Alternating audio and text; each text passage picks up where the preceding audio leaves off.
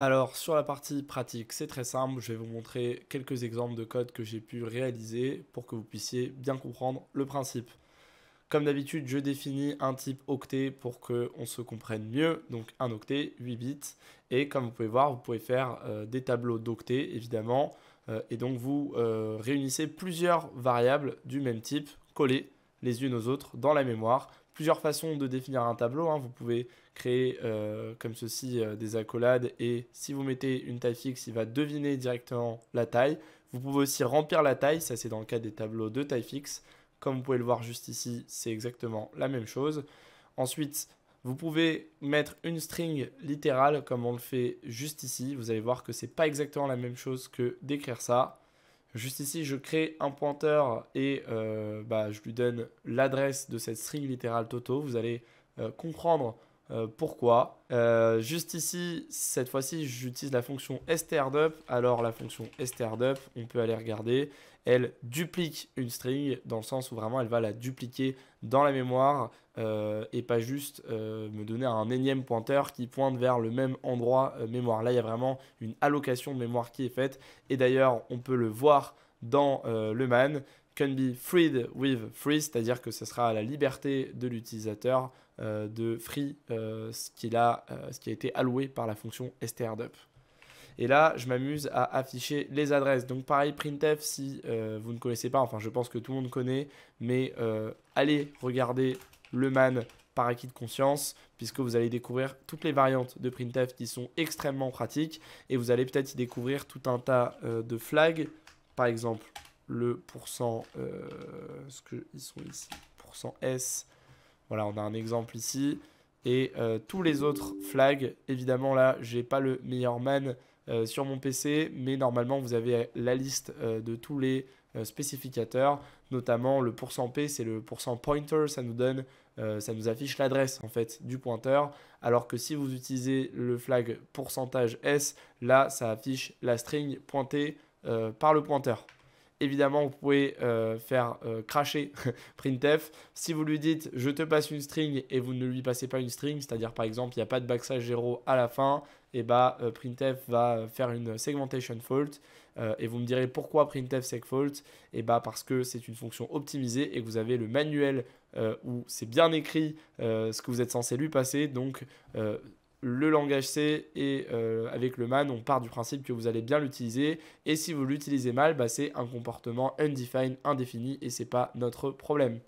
Allez, je vais compiler ce code et quand je lance juste ici, qu'est-ce que on voit? Je vous mets le code sur la droite. Hop.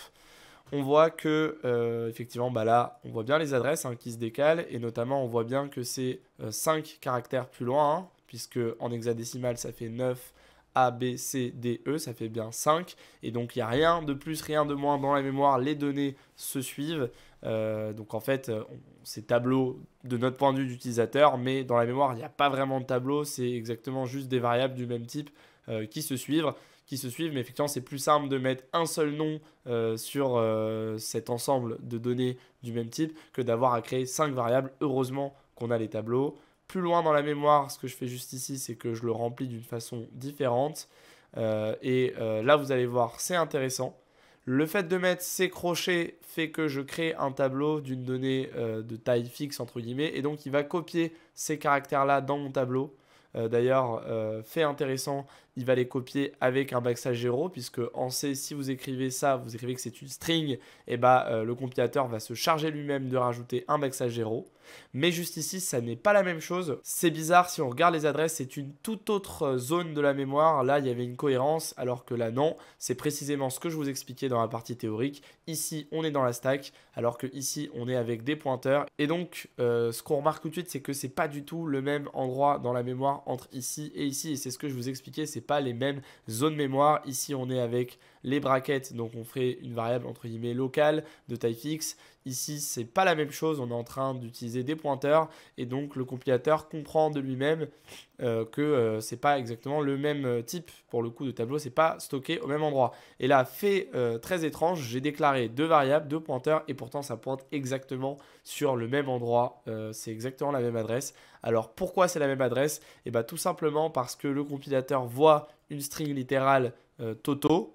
Et vu qu'il voit exactement la même string littérale Toto et que je fonctionne avec des pointeurs, et bah, le compilateur, au lieu de stocker deux strings fixes au même endroit, il va tout simplement le voir et le stocker qu'à un seul endroit. Et donc, en fait, ces deux variables sont des pointeurs qui pointent sur exactement la même string. Pourquoi le compilateur fait ça? Eh bien, tout simplement parce que quand vous écrivez une string littérale comme ça en C, ce qui est différent de ce qu'on a fait en haut où il va la copier et l'initialiser le tableau avec, vous êtes en train d'écrire dans une zone de la mémoire qui est en read only, c'est-à-dire seulement accessible à la lecture, et donc vous ne pouvez pas écrire à ces endroits de la mémoire. Et pour cause, si je m'amuse à changer le code en écrivant à cet endroit, donc par exemple j'essaye d'écrire sur cette string littérale Toto, voilà, j'essaie de changer un caractère, je me prends une segmentation fault.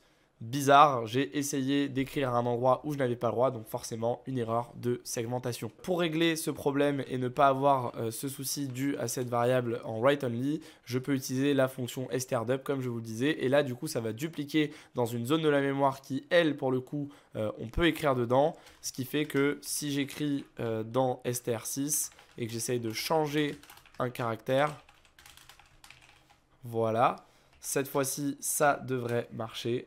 Voilà, comme on le voit. Alors forcément, j'ai mis un T, donc c'est exactement le même caractère. Mais si je vous mets un A, hop, voilà, on voit que mon A a bien été écrit juste ici. Et comme vous le voyez, l'adresse de str4, c'est exactement la même que str5. Et c'est pour ça que str4, c'est un pointeur, c'est un nombre, c'est exactement la même valeur que str5.